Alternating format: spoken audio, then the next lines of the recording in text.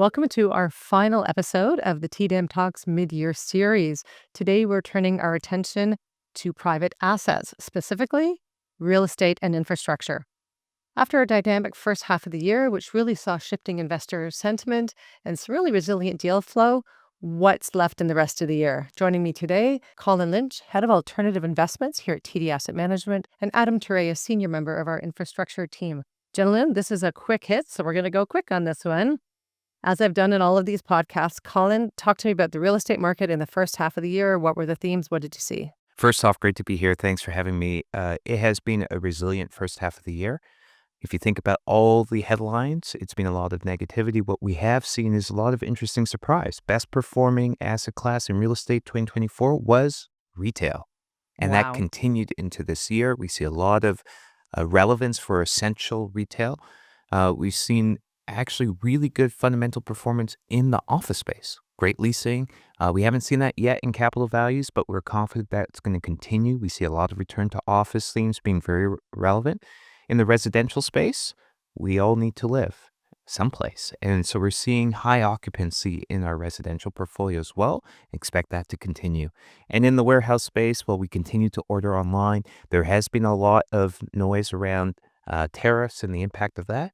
But what we are seeing fundamentally is still significant demand, high occupancy in the industrial space. So add it all up, we've had a pretty resilient start to the year, relative positive performance to start the year, and we expect that to continue in the back half. It's a great narrative that you called out there because that, sort of strength in the retail space is counterintuitive to people, right? And similarly, you would think that office space would be the big story, but we're not quite seeing that flow out quite yet.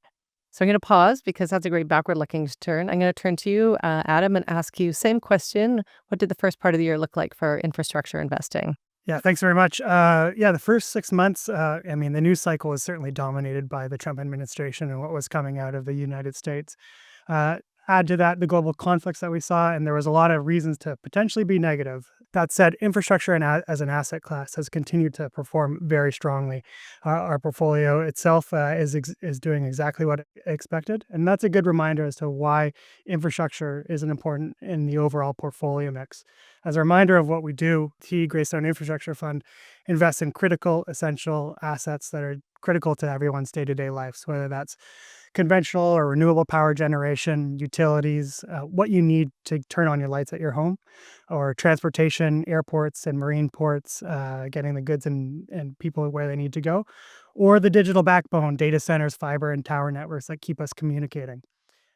These are really long-term cash generative assets that are critical to everyone's day-to-day life.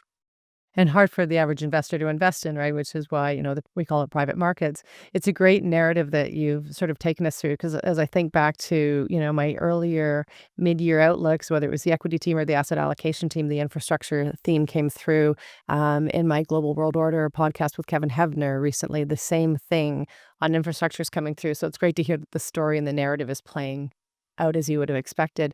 One of the investing themes that we've been talking a lot about is the impact of the Trump administration and things going on south of the border. How is that playing out in the infrastructure space? That's a great question, and I think it goes to the point that I was making earlier about infrastructure stability and quality assets.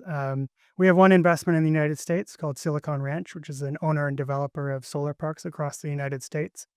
And in the face of Trump's administration's One Big Beautiful Bill, where they're looking to de-emphasize renewable energy by removing tax credits and potentially threatening foreign investors, Silicon Ranch has actually just recently completed a major equity raise from a new major international infrastructure investor at a new high watermark for the business. So that not only talks about the quality of the underlying operations, but the management team's ability to continue to negotiate attractive PPAs in the face of what is happening globally.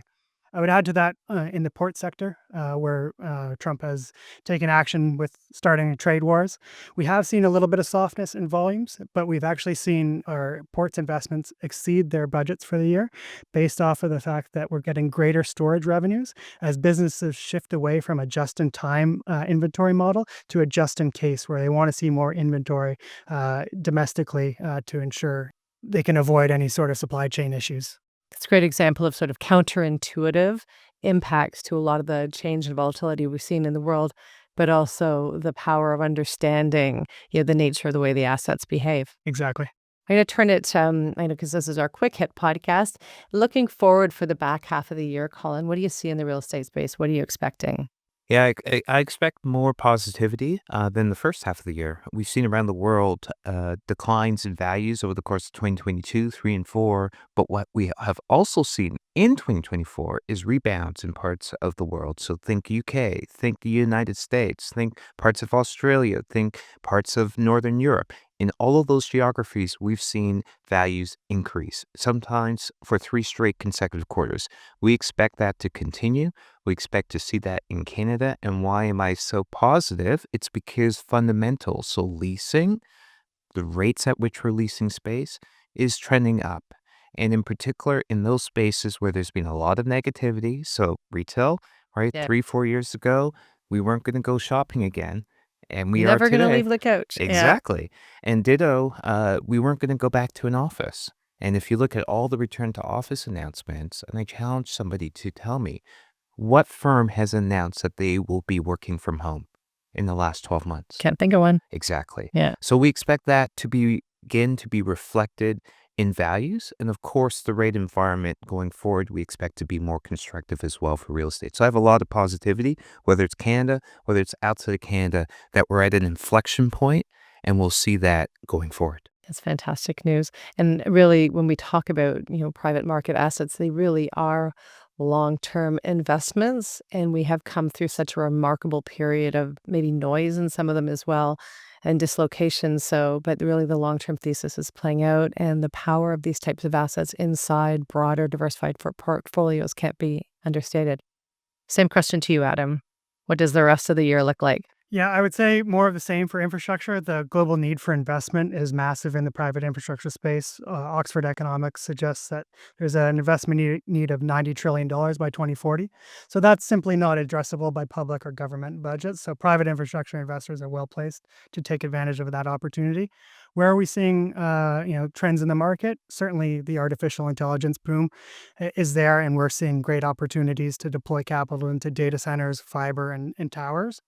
Also, the growing power demands that are not only caused by AI, but also just global shifts in energy matrix as the world looks to decarbonize and move away from coal and gas and towards renewable energies. That creates a massive investment need, both for renewable generation, but also grid stability, which we're heavily invested in.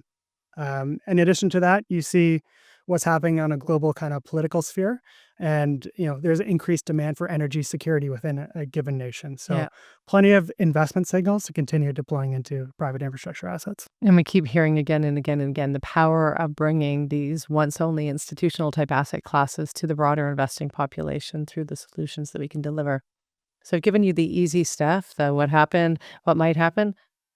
What are people not thinking about? What might we be missing? What surprises out there, positive or negative? Yeah. A couple things I'm interested in, just to pick up on your point. Super excited about the opportunity to democratize the nature of the essential role, whether it's infrastructure, whether it's the real estate, whether it's our other areas of investments within the private markets. There is a tremendous global opportunity to provide investors with access to these assets. And that's going to be a global theme. It's going to be a long-term theme. I'm excited for that. What keeps me up at night? There's a lot of capital. There's a lot of capital looking for a home, and there's a lot of capital that is looking for high-quality assets. There's also capital investing in lower-quality assets. And this is an environment where mistakes can be made. And so it's really important to have prudent risk management. Diversification is part of that, but it's also important to invest in quality. And Quality with matters. experienced investors, Exactly. right? Yeah. And so there will be mistakes made by investors in this environment when spreads are tight, when there's a lot of capital chasing few deals. And so what keeps me up at night is ensuring that we do not make those mistakes, that we have a high quality bar and we're focused on that quality. Yeah, particularly we've been thinking as a leadership team through the announcements in recent weeks by the Trump administration, aiming to more broadly open in the U.S. retail investors too. So that really does play into that theme of, watch the space here. What about infrastructure? What might nobody be thinking about, or is it all smooth sailing? No, I would echo the exact sentiments that Colin was just outlining. Private infrastructure as an asset class has been growing incredibly over the last 10 years. And so with that, there's a demand to get money out the door. And there's a big difference between an infrastructure asset that has the right contracts, the right counterparties, and one that, is not well due diligence. So the critical thing for our investment team is making sure that we're patient, we're diligent as we go through our review, and making sure we're finding those quality assets that will withstand political shifts or global conflicts. Yeah, experience matters, quality matters, right? Exactly. Gentlemen, that's going to be a wrap on our episode 4 of our mid-year update. Thank you so much for joining me to talk about private market assets.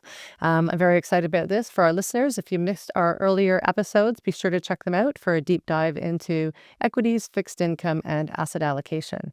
Thanks, and have a great day. Enjoy your listening.